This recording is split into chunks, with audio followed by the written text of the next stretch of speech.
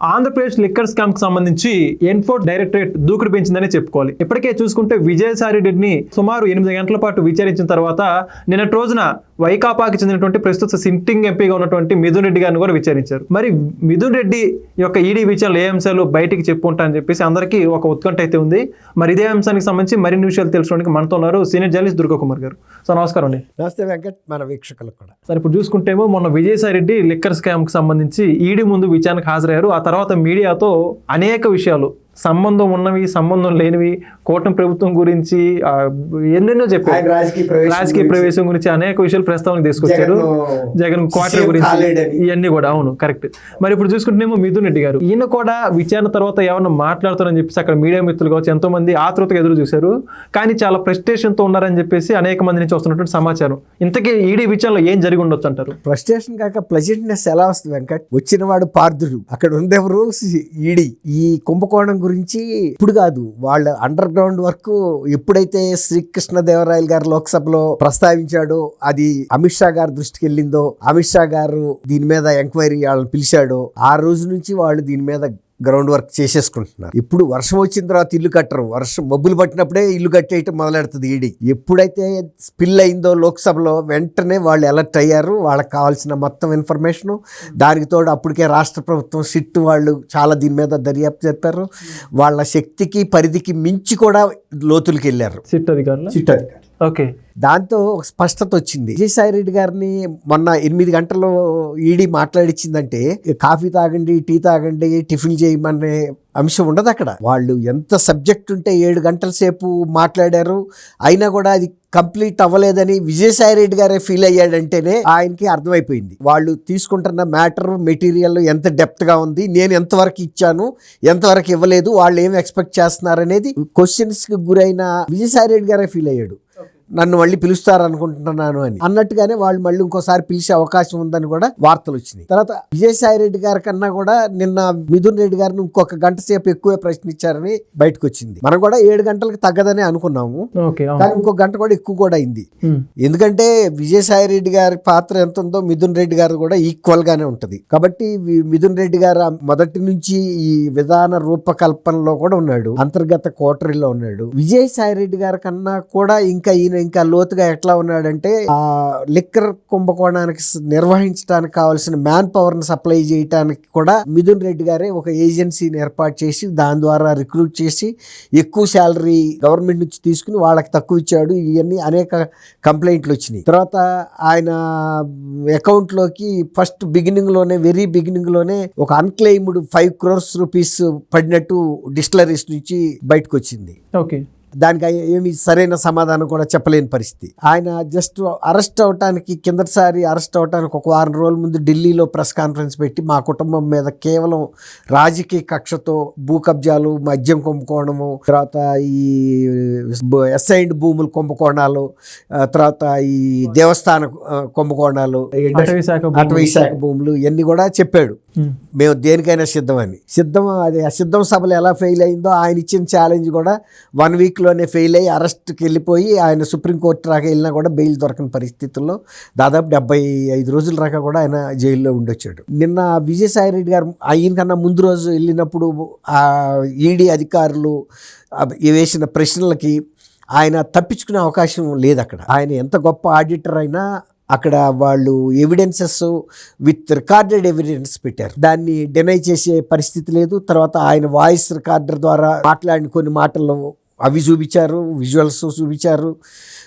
దాంతో నిన్న ఆయన ఒప్పుకున్న అంశాలని మళ్ళీ మిథున్ రెడ్డికి కూడా అడుగుతారు వాళ్ళు. మిథున్ రెడ్డి స్వయంగా కొంత యాక్టివిటీ, తర్వాత డిస్టిలరీస్ లో కూడా మిథున్ రెడ్డి పాత్ర ఎక్కువ ఉంది. డిస్టిలరీస్ వాళ్ళకి ఆర్డర్స్ ఇవ్వటంలోనూ మిథున్ రెడ్డి యాక్టివ్గా పనిచేశాడు.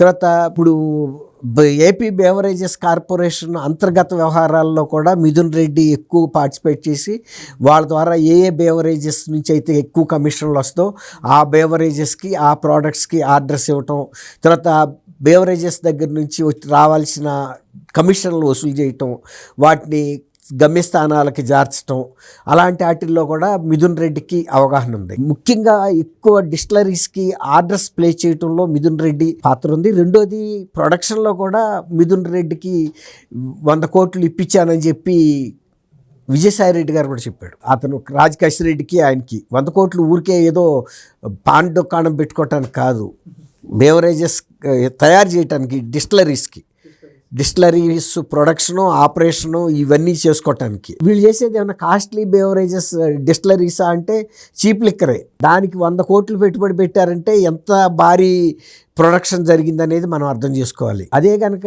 IMFL అయితే కాస్ట్లీ ప్రొడక్షను, దానికి ఎక్కువ ఖర్చు అవుతుంది.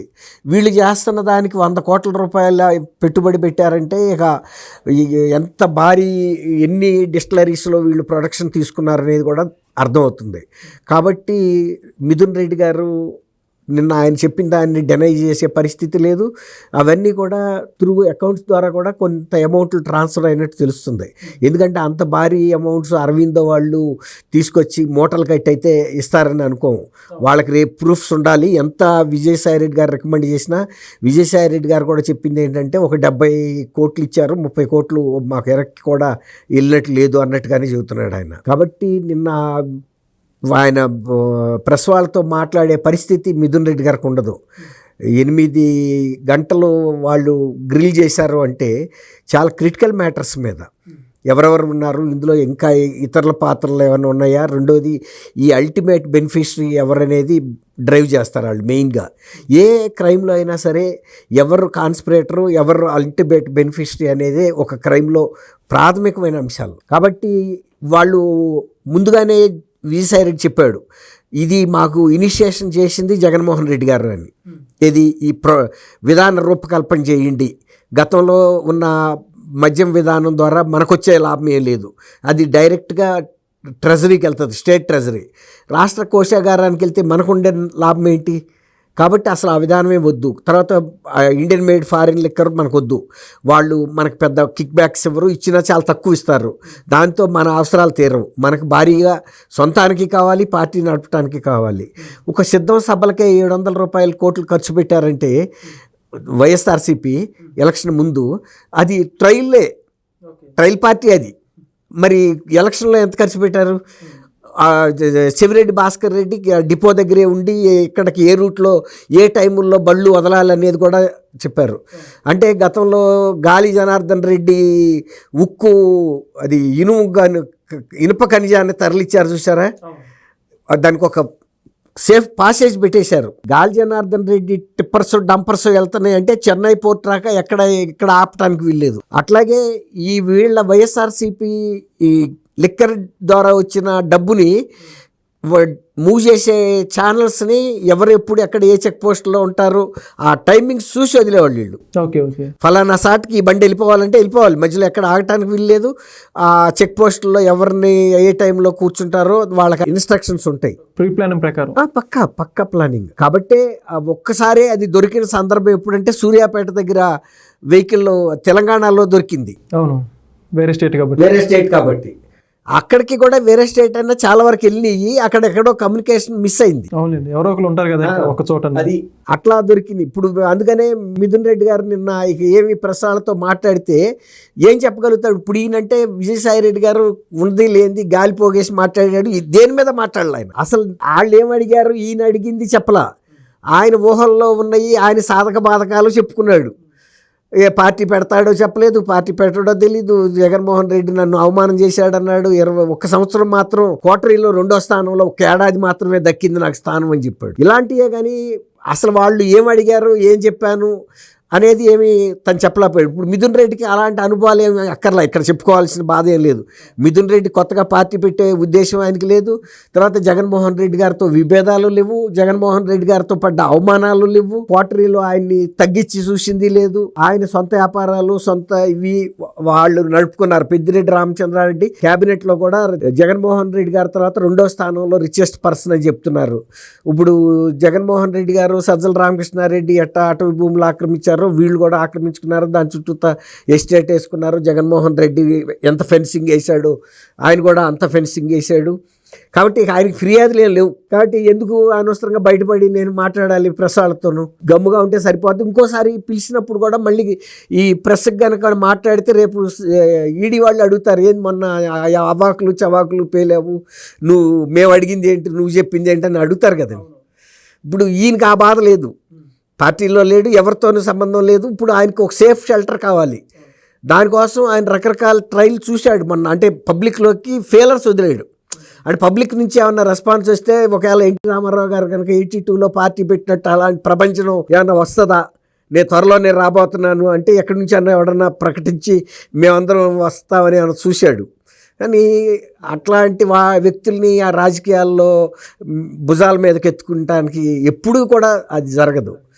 ఎప్పుడైనా త్యాగ బలం అన్నా ఉండాలి, ధైర్యం ఉండాలి, ప్రజల కోసం పనిచేసిన గత చరిత్ర ఉండాలి, అటువంటి హృదయం ఉండాలి, అలాంటి భావన ఉండాలి. నిన్న ఆయన చెప్పిందంతా వన్ సైడెడ్గానే ఉంది. కాబట్టి ఈయన నిన్న మిథున్ రెడ్డి గారికి జరిగిన గ్రిల్లింగ్ స్ట్రాంగ్గానే ఉంటుంది. రెండోసారి ఇద్దరిని కనుక పిలిచినప్పుడు ఈసారి అరెస్టులు కూడా ఉంటాయి. ఫస్ట్ టైం అరెస్టులు ఉండదనే అందరూ ఆశించారు, అట్లాగే జరిగింది. Thank you sir. Thank you Venkat. మన వీక్షకులకు please subscribe to Leo news for more videos.